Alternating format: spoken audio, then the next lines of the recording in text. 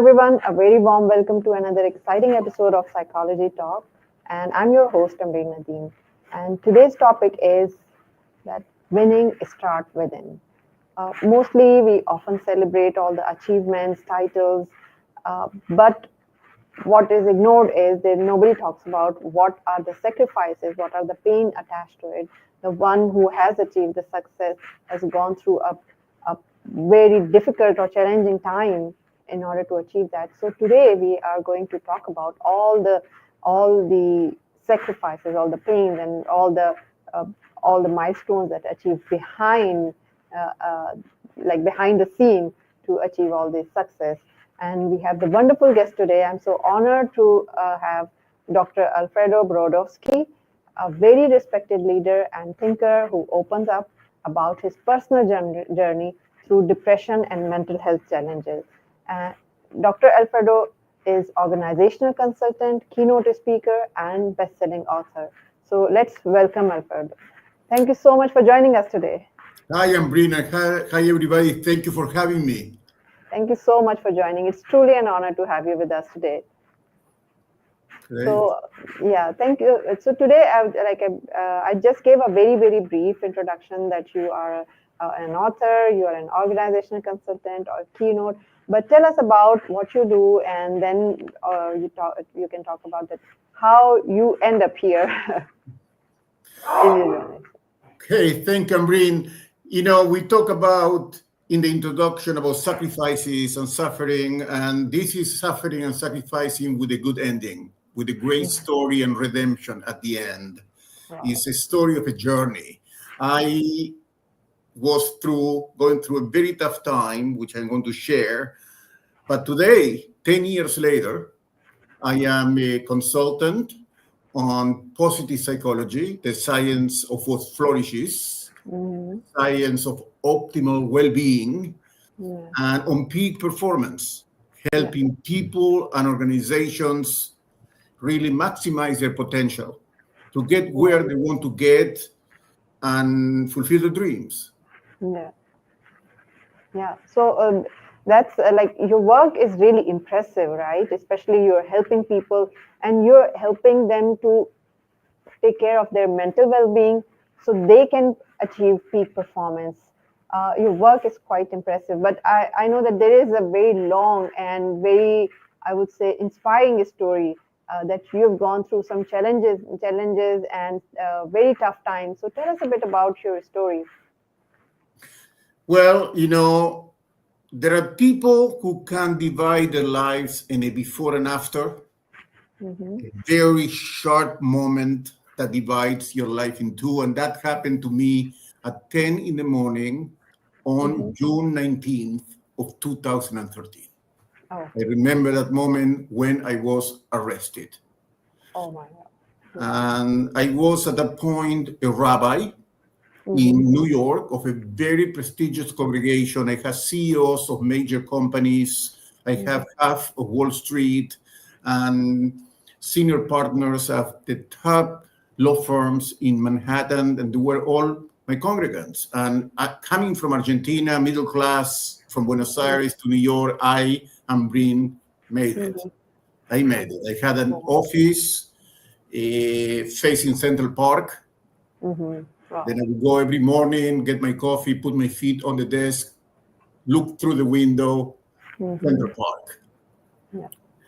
But one morning, a congregant of mine, a retired police officer, called me to the side and said, "Rabbi, I have something for you." And he gave me a small replica of his shield, one of those shields for friend and family, which exist here in the United States. I know in Saudi Arabia you have them.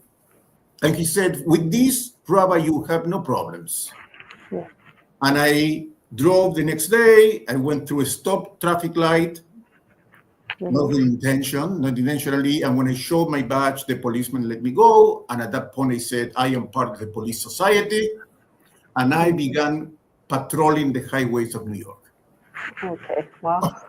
And when I saw somebody driving too slow or somebody texting, I will roll down my window, show my badge, and impart order and justice in the universe. Until one morning, I showed the badge to a young lady. She made a phone call, and 2 minutes later, I had 3 patrols behind me, and I was arrested. Okay. And I was accused of impersonating a police officer, which in the United States is a felony. It's very, very serious. Mhm. And because I was the rabbi of a prestigious congregation, the press made a circus out of it. Oh. And they baptized the rabbi as the road rage rabbi. Oh. And once they gave me the road rage rabbi label, I went viral. Oh. I Yeah. was on the front pages of newspapers from Ireland to Japan. Oh my God. Yeah. I never touched anybody, no violence, just Yeah. showing. But because I was the rabbi of a prestigious congregation, this was really a very good thing for the press. I was fired from a job Mm-hmm.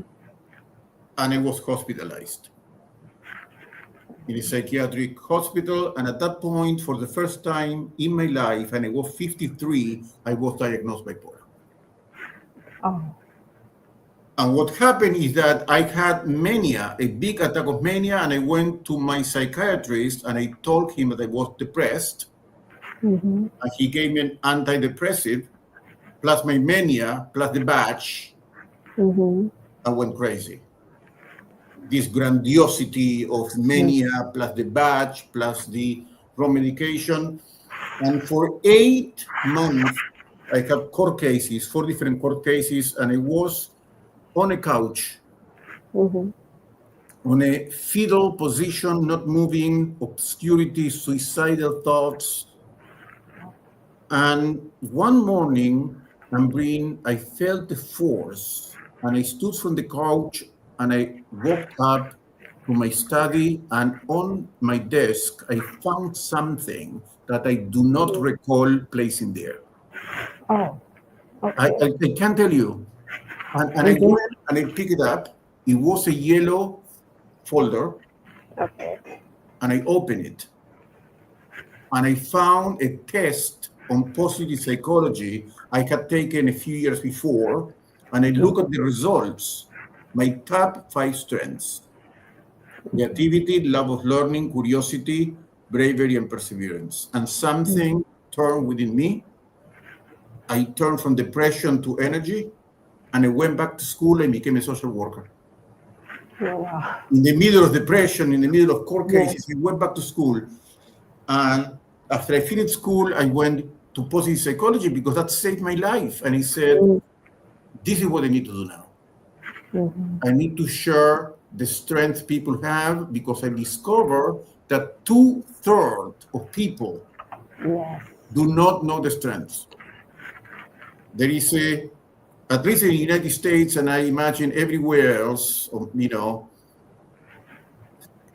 people are blind to the Yes. strengths. Yes. Very true. Yeah.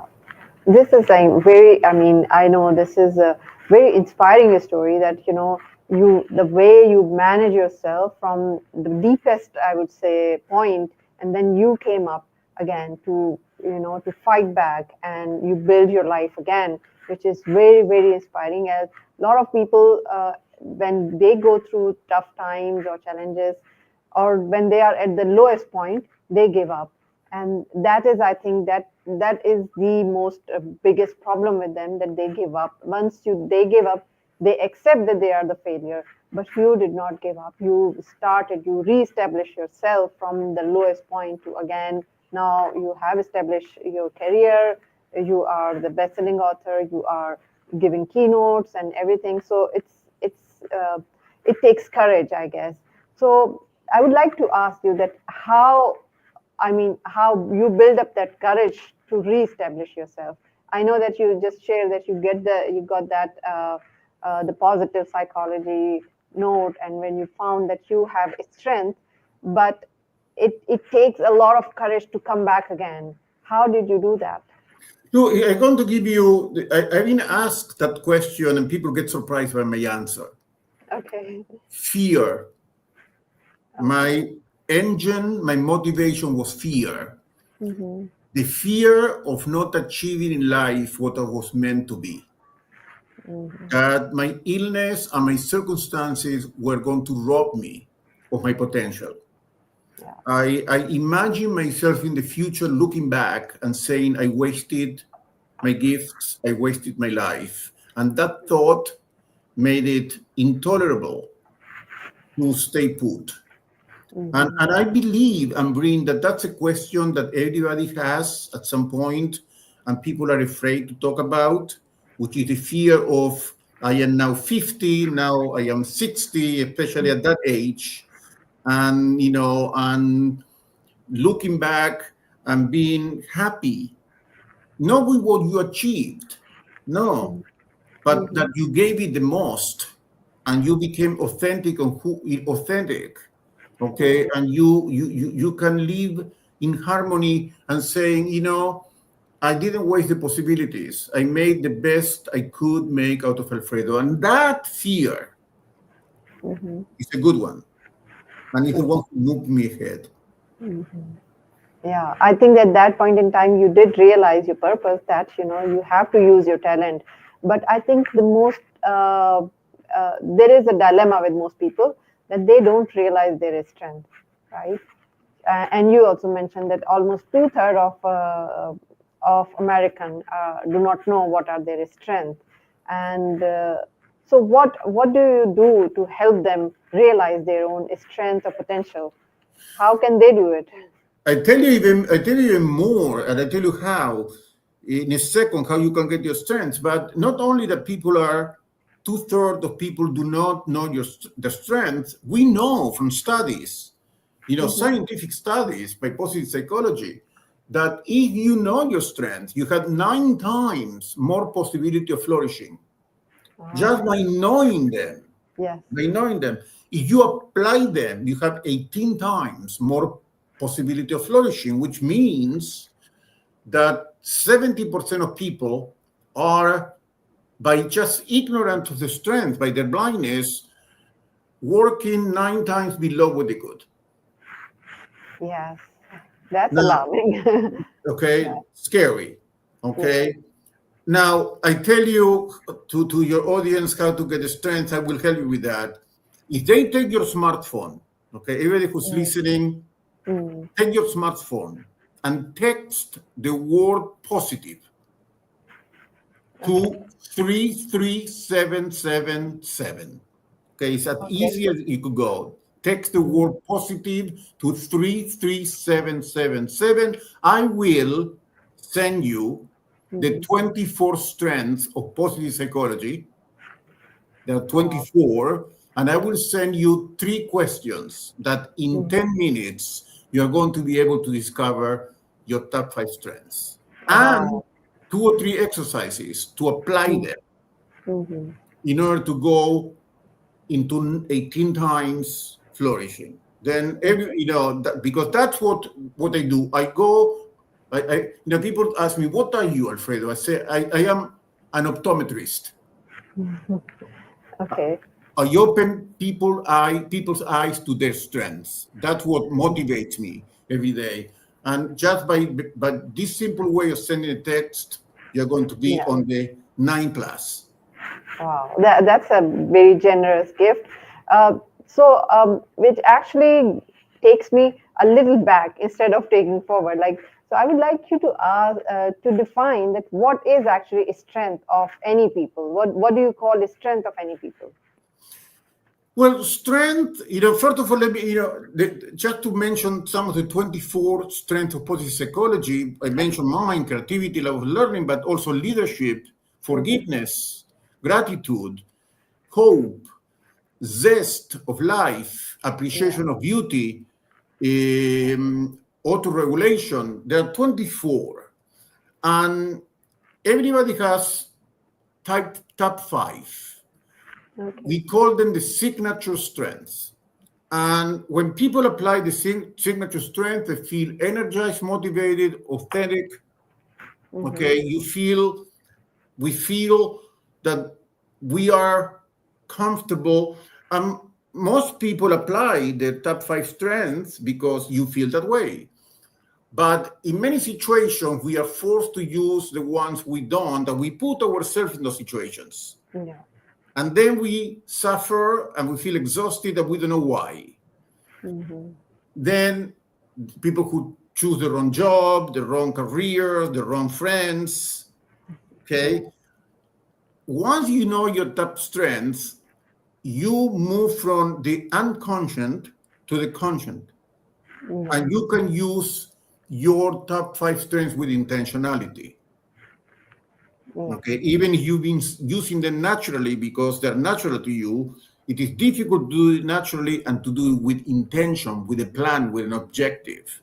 Yeah. Okay, to say, as I tell people, know your top five strengths, and in a week, every day of the week, apply intentionally one of them. Oh. Okay, then humility is my number one. Then today you're going to have a day of humility, let's say. And the results are fantastic. People at the end of the week feel themselves, they feel super energized, they achieve results that they never thought, creativity, everything goes up. Yeah, that's a very good advice. That first of all, being aware of the strength and then apply it every week. So it's more of an intention. As you're right that a lot of people might be even aware of it, but they don't apply it intentionally. So that's a very amazing advice. That if people then start doing it, it actually multiplies the effect, and it also builds the momentum. That when people start doing it, they start loving it, then it has a positive impact on themselves, and it goes on and on. It's like it keeps building more momentum on it. Yeah, That's very true. So I would also, in fact, before I actually go to the next question, you actually mentioned really very good point here, that when people do not follow their passion, they get into the depression. And I was also reading one book, and it says the same thing, that when you actually don't listen to the calling, you have your strength, then you are basically bound to go into the depression. And people don't know that why it's happening, but basically when they're putting their passion aside, they're not listening to their calling, that is what making them suffer, and that is why they start feeling that uh, having more depression and everything. So you said it so brilliantly. Now I just want to move to another question, that where this program is all about, that having the peak performance and the mental health, right? You've gone through such traumatic time, and which actually a lot of people go through traumatic time. But what happens is they kind of, as I said, that they give up. But what actually uh, give them hope to keep moving on? Why, or maybe what builds their resilience to actually keep moving on? What do you think, that what is the best way to achieve or protect the peak performance during that time? then let me, you mentioned the word hope. And Yeah. let's for a minute define what hope is. Hmm. Hope is the willingness to take different paths to achieve a goal. Then, in Wow. order to have I love it. hope, you need to have plan A, B, and C. Hmm. Okay. Then, Yeah. then I ask people to imagine different possibilities. Hope ends when imagination ends. Hmm. And one of the things that mental illness does to us is cage us in a situation where we feel that nothing is ahead. Hmm. Then the first thing that I ask people with a mental illness is to try to imagine a couple of different strategies and scenarios which are positive. Okay. Yeah. Now, in terms of resilience, I tell you what it worked for me. Okay. What worked for me is discipline, which Wow. means I go to therapy every week. I Hmm. go to my psychiatrist every month. I take my medication every day at 9 p.m. No Hmm. matter if the movie at Netflix is great and they are at the final scene where they tell me who the killer is. At 9 p.m., I stop Netflix and I go and take my medication. In my case, I go to the gym also every day. And I really try to go to sleep no later than 10. I have my 7 hours of sleep and I eat well. Okay, you heard about this many times. Okay, I'm not giving you here rocket science, but it works. And then, but what is at the center of it, at the core, is to have the discipline to go through the steps without, I like what is called the 10-second rule, which I love this rule, which I use a lot on my coaching with people.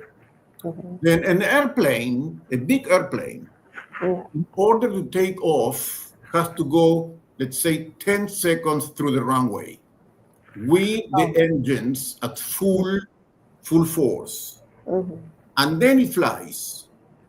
It takes more fuel and power to take off than almost the full trip that the plane is going to fly. Okay, which means that if you can overcome the first 10 seconds with force, then you're going to glide. The initial 10 seconds bring you a reward of hours.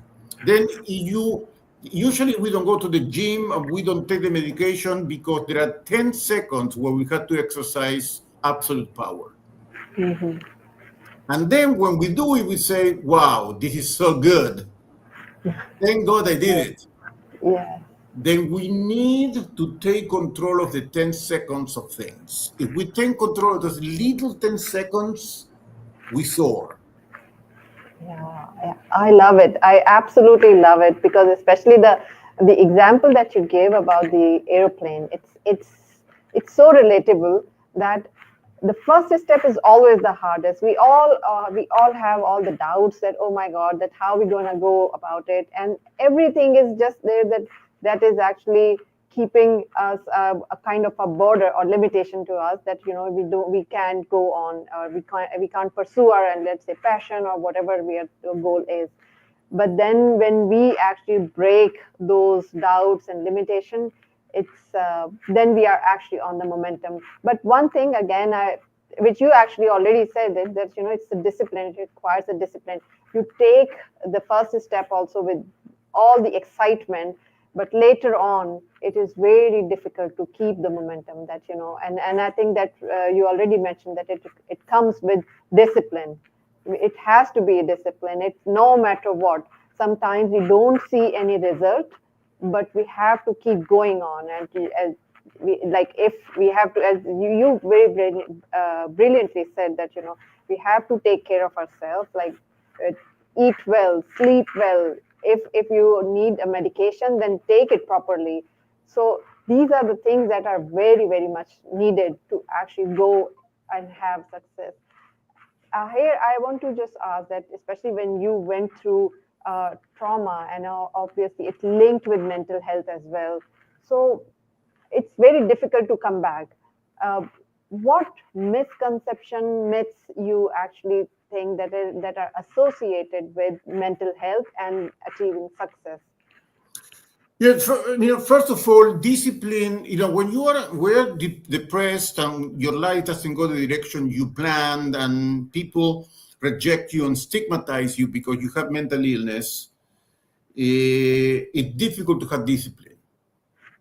Yeah. Then the first principle is love yourself.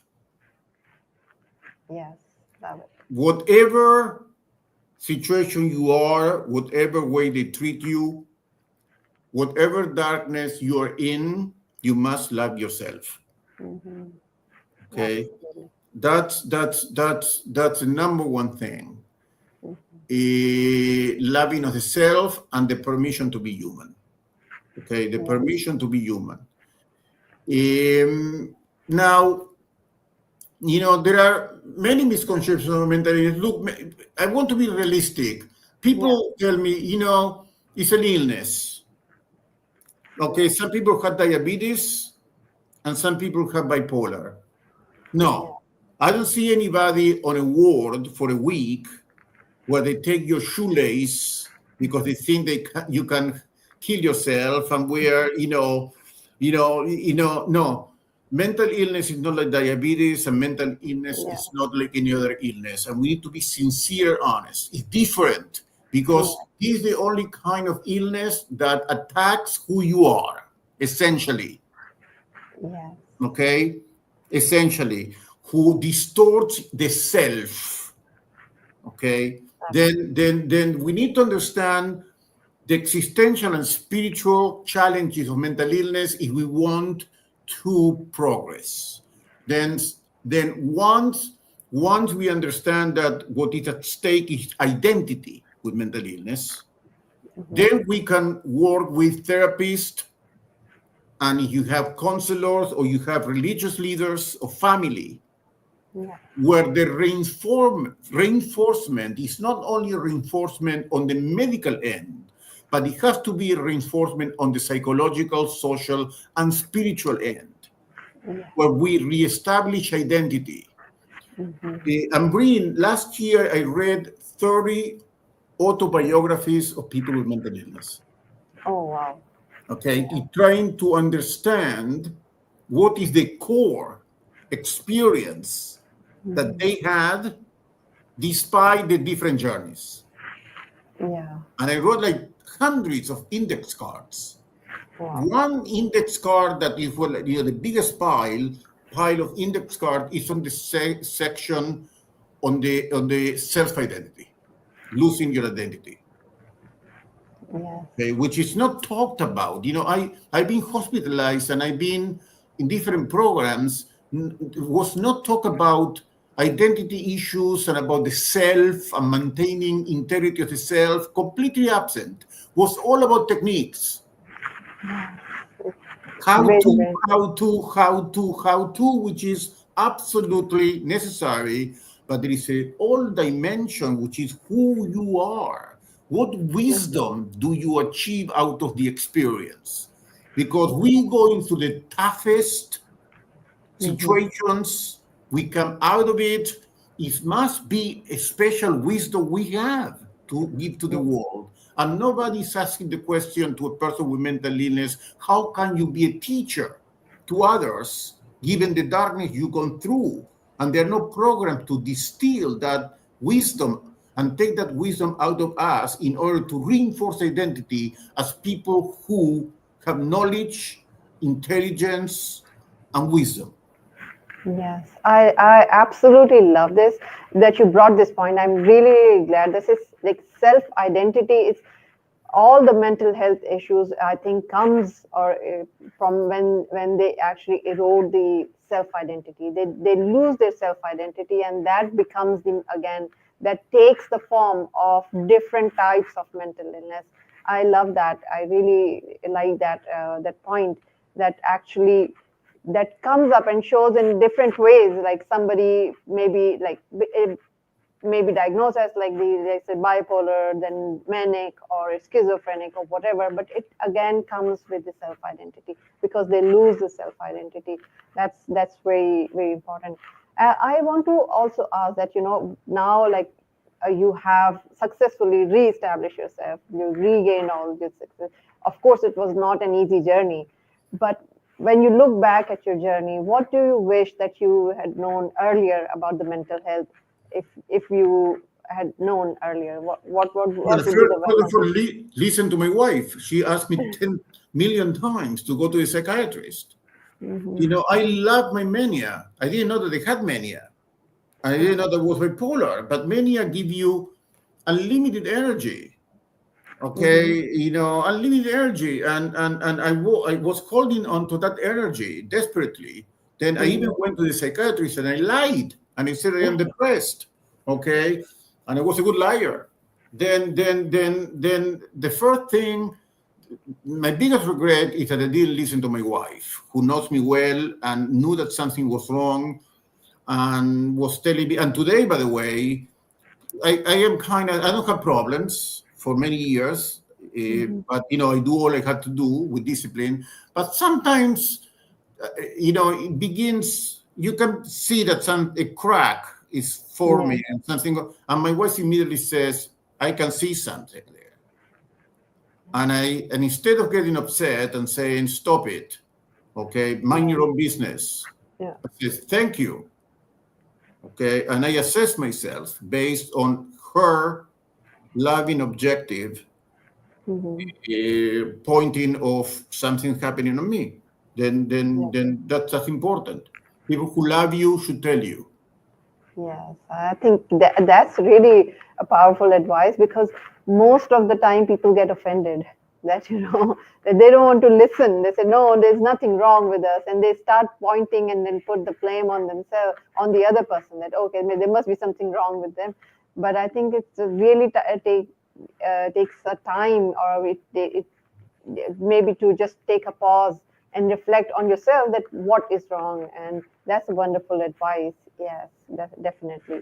So maybe like I know that we are like almost running out of time, but there are like a couple of questions that I really want to ask, especially when we talk about like you actually provide consultancy or coaching to the leaders. What do you think that how nowadays leader can create an environment where people can actually feel um, or they can share about the mental health, or they can talk about it without the fear of being judged, or without having that shame that they do not have to discuss anything in the public. No, coincidentally, I'm writing a book now. I am very advanced. Okay. It's called the Human Upgrade: Wow. Leadership for the Times of AI Revolution. Oh, that's Okay. wonderful. Yes, because the artificial intelligence revolution is doing great things for us, but it's Mm-hmm. generating a wave of depression and uncertainty and anxiety at the workplace like never Absolutely. before. Mm-hmm. We call it actually techno stress. There is a term for it, Mm-hmm. in which people feel replaced, fearful of technology. Mm-hmm. Technology itself is coming so fast that people feel disoriented and they feel that they cannot relax for a second, okay? And they have to be basically on top of things all the time, and it's created a wave of depression at the workplace, and that's what I'm now focusing my time on. Strategies for leaders to make sure they incorporate the latest technology, but as they take care of the human side of the corporations, business, foundations, organizations. And then we know from part of positive psychology, there is this area, a branch that talks about positive psychology at corporations. Mm-hmm. And one term is called psychological capital. And we know, and bring from studies, that there are four things that keep people well Mm-hmm. at the workplace. And they're going to surprise you. Oh, okay. One is self-efficacy, that people feel Mm-hmm. that they can, improve themselves. The other one is optimism, Mm-hmm. hope, and resilience. Oh. Now, if you were to go to leaders today and tell them that hope and optimism are scientifically proven indicators of well-being, they would say, you're crazy. I mean, I don't even know how to do Yeah. it at a corporation. What do you mean by hope optimism? Yeah. We have today the studies, we have today the methodology, the strategies.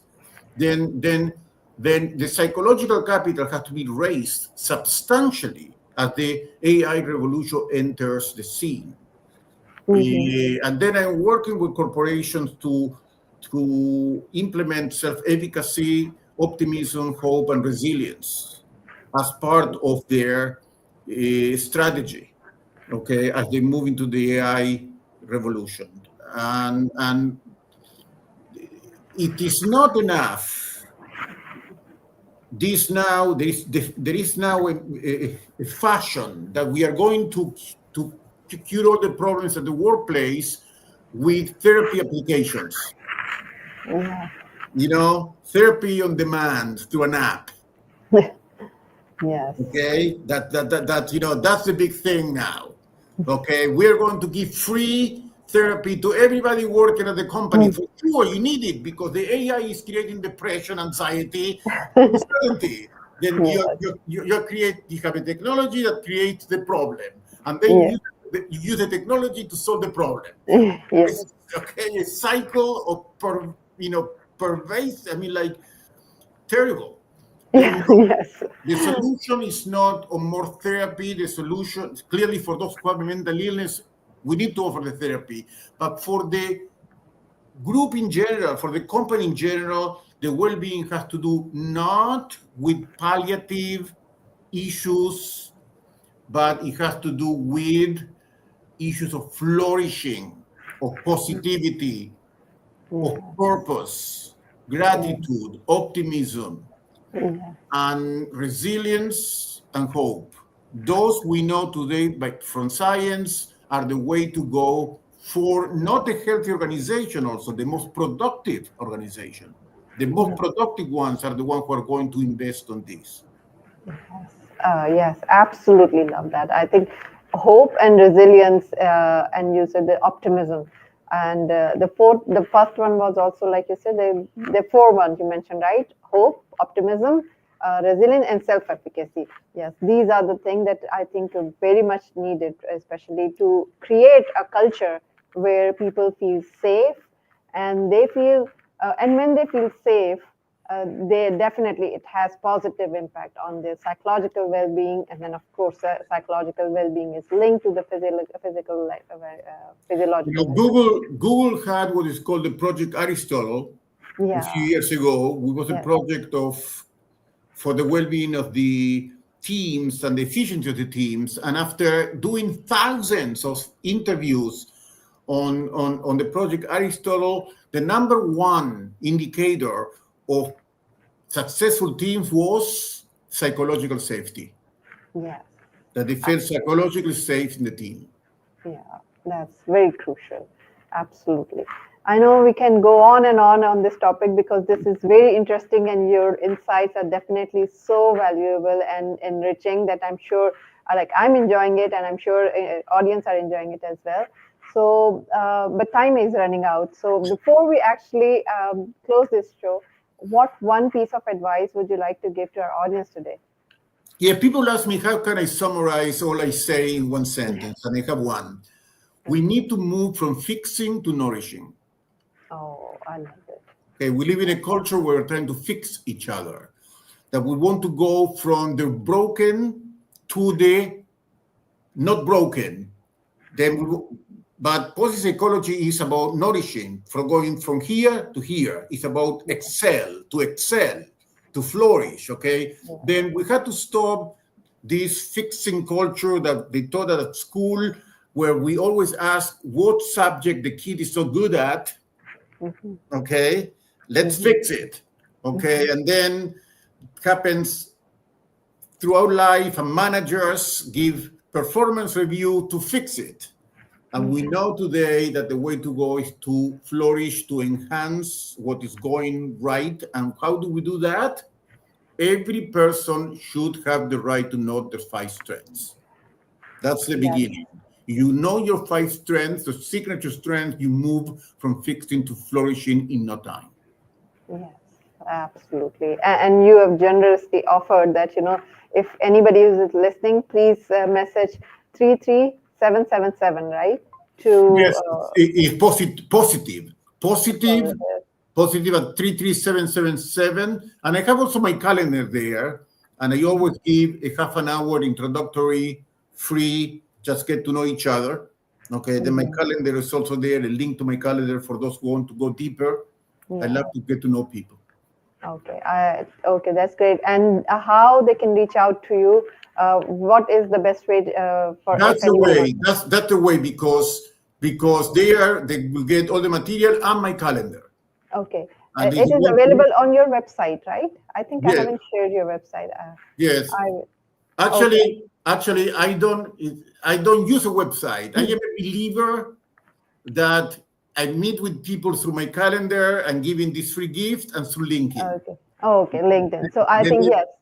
Borodowski, Alfredo Borodowski, they find him in LinkedIn and they always connect and communicate and love it. Yes, I already shared the link of your LinkedIn, and it's also here in the ticker, which is going on, which is showing. So please, who have not connected yet, please get in touch with Alfredo if you need any help, especially in positive psychology. It would be great. I'm sure it will be life changing for you. So, anyways, thanks. Thank you so much for sharing your wisdom, your insights, your story, which is very much relatable and which is very all the insights you share were very practical. So thank you so much, and thanks to all those audience who just listen to us or watch to us, maybe in the live or those who are watching us as a replay. Thanks for your time and thanks for your um, maybe like whatever. I'm sure that it must have been very enriching and enlightening experience for you. Thank you so much. Thank you. Thank you, Maureen. Okay. Bye.